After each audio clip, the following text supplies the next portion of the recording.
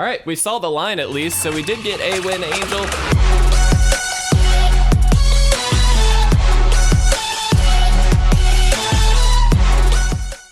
What's going on, guys? If you want to support our content and pick up this month's amazing Patreon rewards, you can do so at patreon.com/itresolves.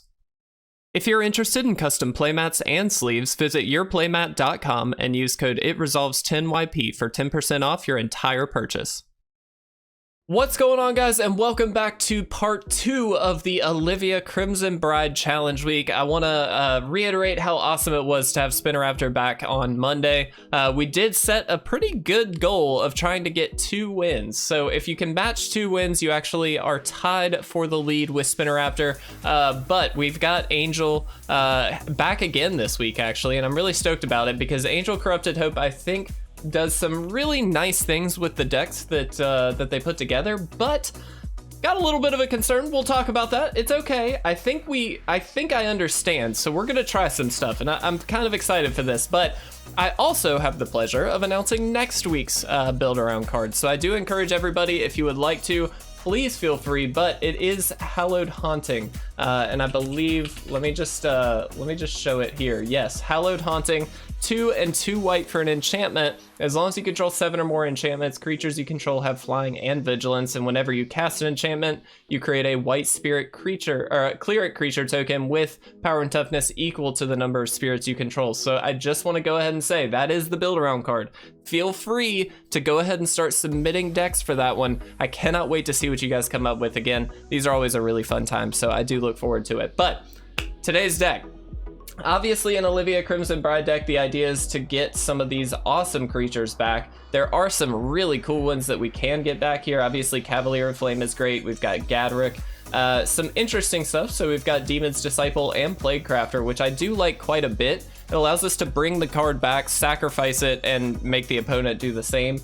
So nice. It basically turns Olivia's ability into a removal spell, which I think is pretty awesome.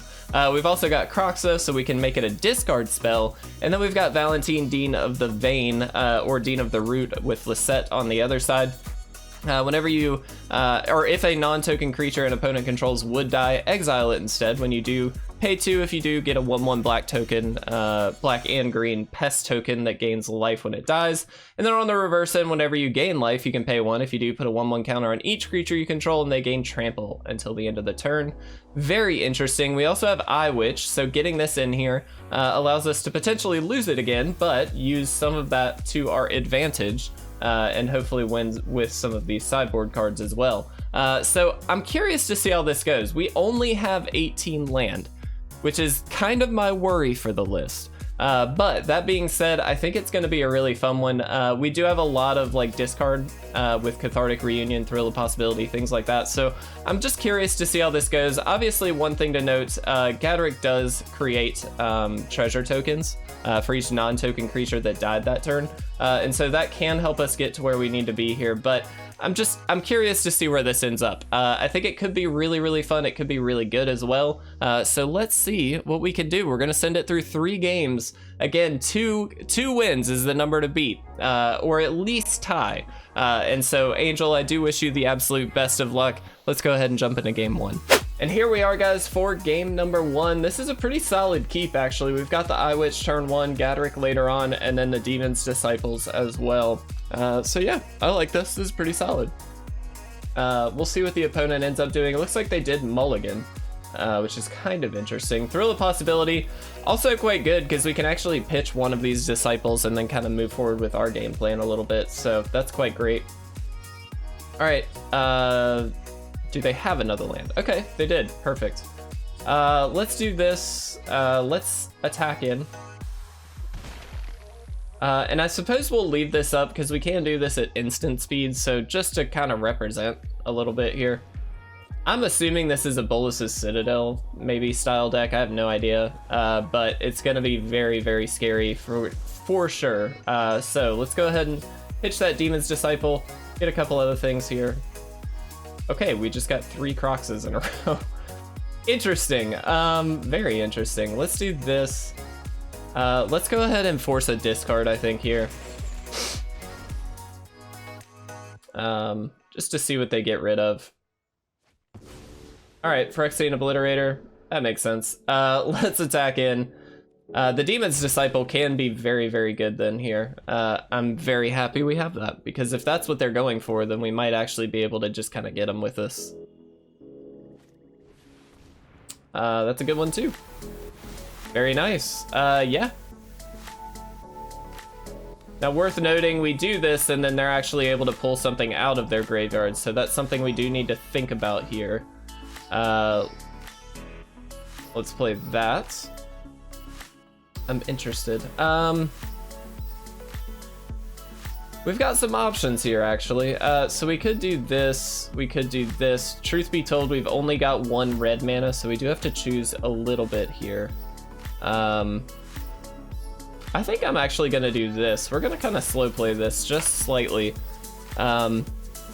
What this allows us to do is block with the Eye Witch, which is just fine. We're kind of stalling because we don't want them to pull something from their graveyard. They've got plenty of good stuff. Oh, man. All right, well, that's really bad. Yeah. That's really, really bad. We have to sacrifice 5 permanents.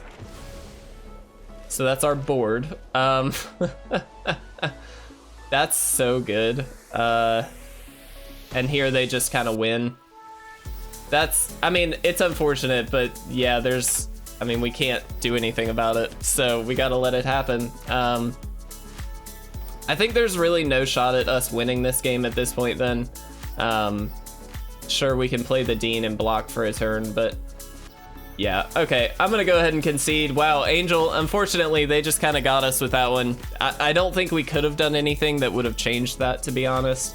And so, yeah, it is what it is. But let's go ahead, guys. Let's move to game 2. Let's see if we can get a win there. All right, guys, here we are for game number 2. And I actually like this hand quite a bit. We do have to shock ourselves, I guess, to get the Valentine down early, but I'm kind of okay with that. I kind of like that. Menace and Lifelink isn't that great on a 1/1, but I mean, it adds up, right? Let's go ahead and do that. Next turn we just have Kroxa or Thrill of Possibility or Hunt for Specimens. I mean, we kind of have options here, so kind of curious to see which way we end up needing to go. I'd like to get the Kroxa down. I feel like that's probably just the best thing to do.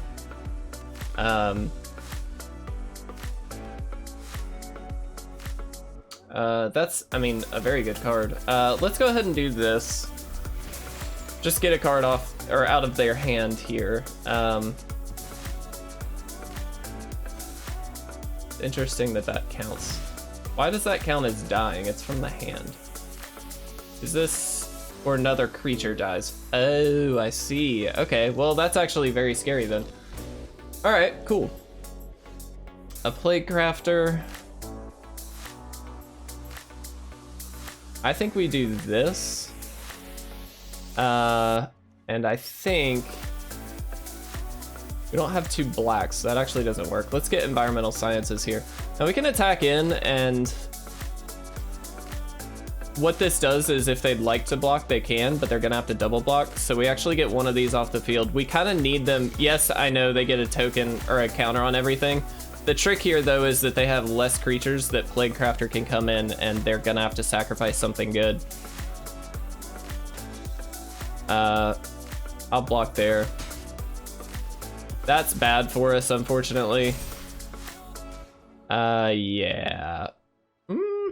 Not feeling super good about this. Let's drop the Demon Disciple, or Demon's Disciple. I guess we should have not blocked last turn. I don't know. Because this just kills us. Like, I don't know. I don't think we have the... We needed like a sweeper in this list, I feel like. That would be great.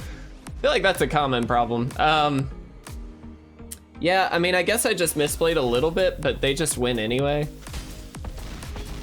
Yeah, that was a quick game.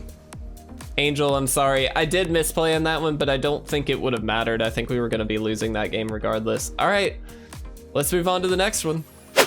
All right, guys, here we are. Let's give this one a shot. I actually don't mind this hand either. With the Cathartic Reunion, we can get rid of a couple of these, still have that available, and then push through with the Valentine on turn 1. Something I should mention, and I didn't think this would be the problem because of all the Plague Crafters and Demon's Disciples. Angel, the land situation isn't as big of an issue as I thought it was. What I think is the bigger issue now is the fact that we don't have, like, removal that we get to choose. And what I mean by that is we have the Plague Crafters, we've got the Demon's Disciple, those can come down and make the opponent sacrifice a creature, which is great if we can repeat that on the same turn multiple times, but we can't necessarily do that, not easily. Oh, it didn't give me, that's a little weird. That's very weird. Okay, let's discard these and see if we can get a land. I don't believe I clicked through, but okay. Let's do this and let's attack in. We did get the Olivia, which is nice. And Valentine does gain life, which I do appreciate. That's kind of cool. And with the Demon's Disciple or the Plague Crafter, it actually works quite well because you can just drop it down and then start paying extra to get more creatures that you can sacrifice to more Plague Crafters. So it actually is a pretty cool little interaction, but you do need the mana to do it. Like, we got to get to that late game, and so far, at least, that hasn't been the ability. I think we just do this and let this hit. The reason being, again, we can't choose what they hit with this, and so the problem that we run into is that we kind of have to get these down while there's only one thing on the field. Plague Crafter can make them discard a card, by the way. That is something we need to keep in mind. I actually didn't think about that until just now, but that is something that is relevant. Okay, I think we're just gonna throw out some stuff this turn. I'm not gonna play one of these yet, but we are gonna throw these out. Let's take Environmental Sciences. We do have an Olivia we'd like to get to.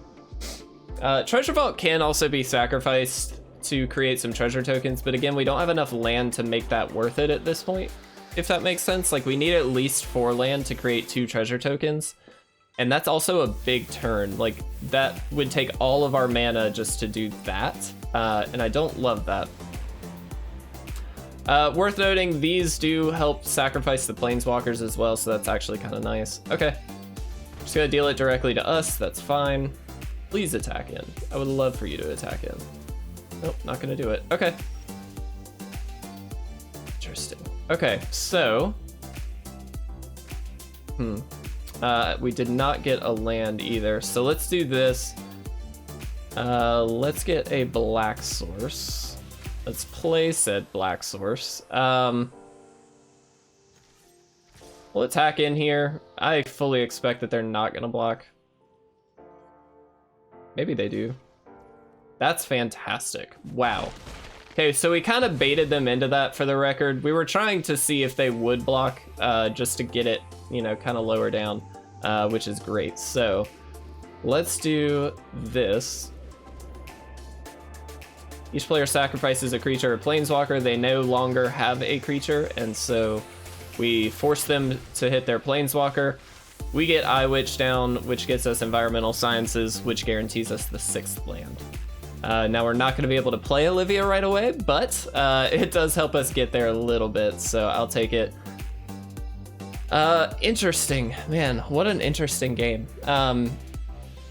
I do want to say, Angel, I really appreciate the creativity with this one. I think that it's really a good idea because it essentially adds effects to Olivia's reanimation. Like, that's kind of the goal, I think, which is really good. I like it quite a bit. I just don't think, I don't know if it's quite getting there, and that's fine. It doesn't have to all the time, but that's very good. Let's do this. We're gonna throw this out, Olivia, hopefully get an attack in. I guess we can attack with this as well. There's no real reason not to. And I guess we just take Cavalier. We could take the other disciple, like make them sacrifice this, but we don't really need to. I discard you and you.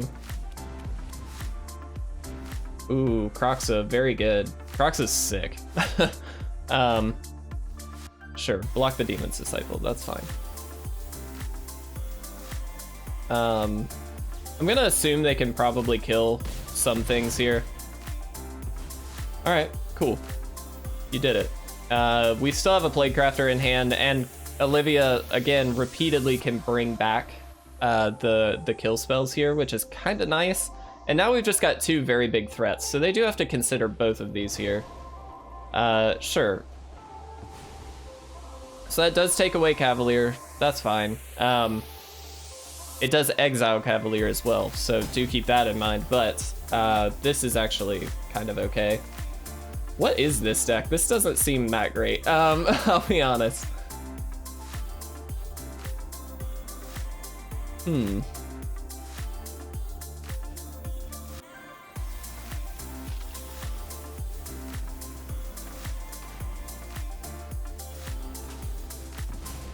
So what we're doing is we're gonna auto pay here and get another little creature out.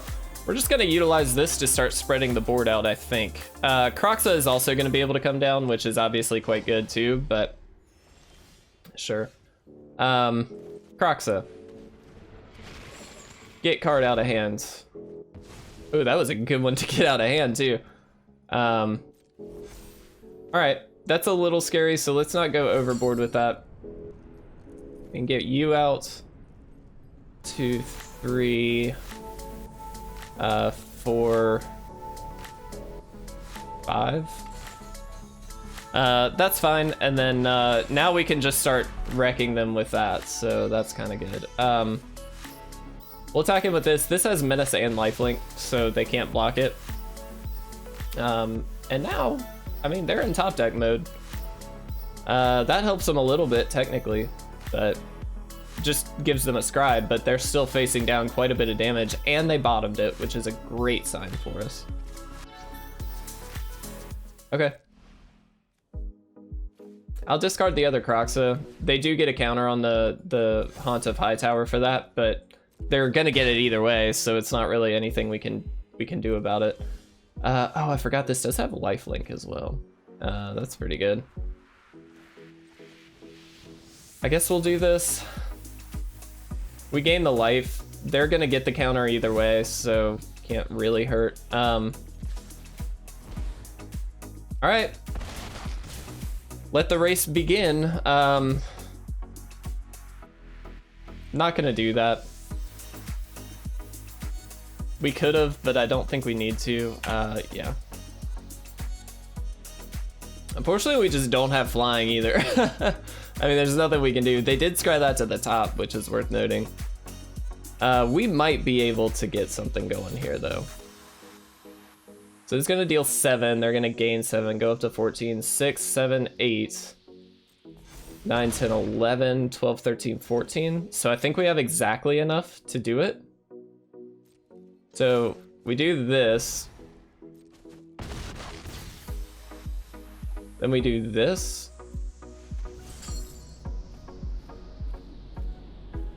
And just play it. And they have to discard a card, but they can't. It doesn't matter which we keep because they still have to... All right, we saw the line at least, so we did get a win, Angel. Let's chat. All right, Angel, congratulations. You did get a win, which I think is quite good. I love, again, I just want to reiterate how creative the deck is because I do really enjoy your thought process behind that. I thought, you know, repeatedly being able to like sacrifice the opponent's board is quite good. I think the only trick with it is that, well, I'll say the two things with that is one, it's very difficult to do that multiple times a turn.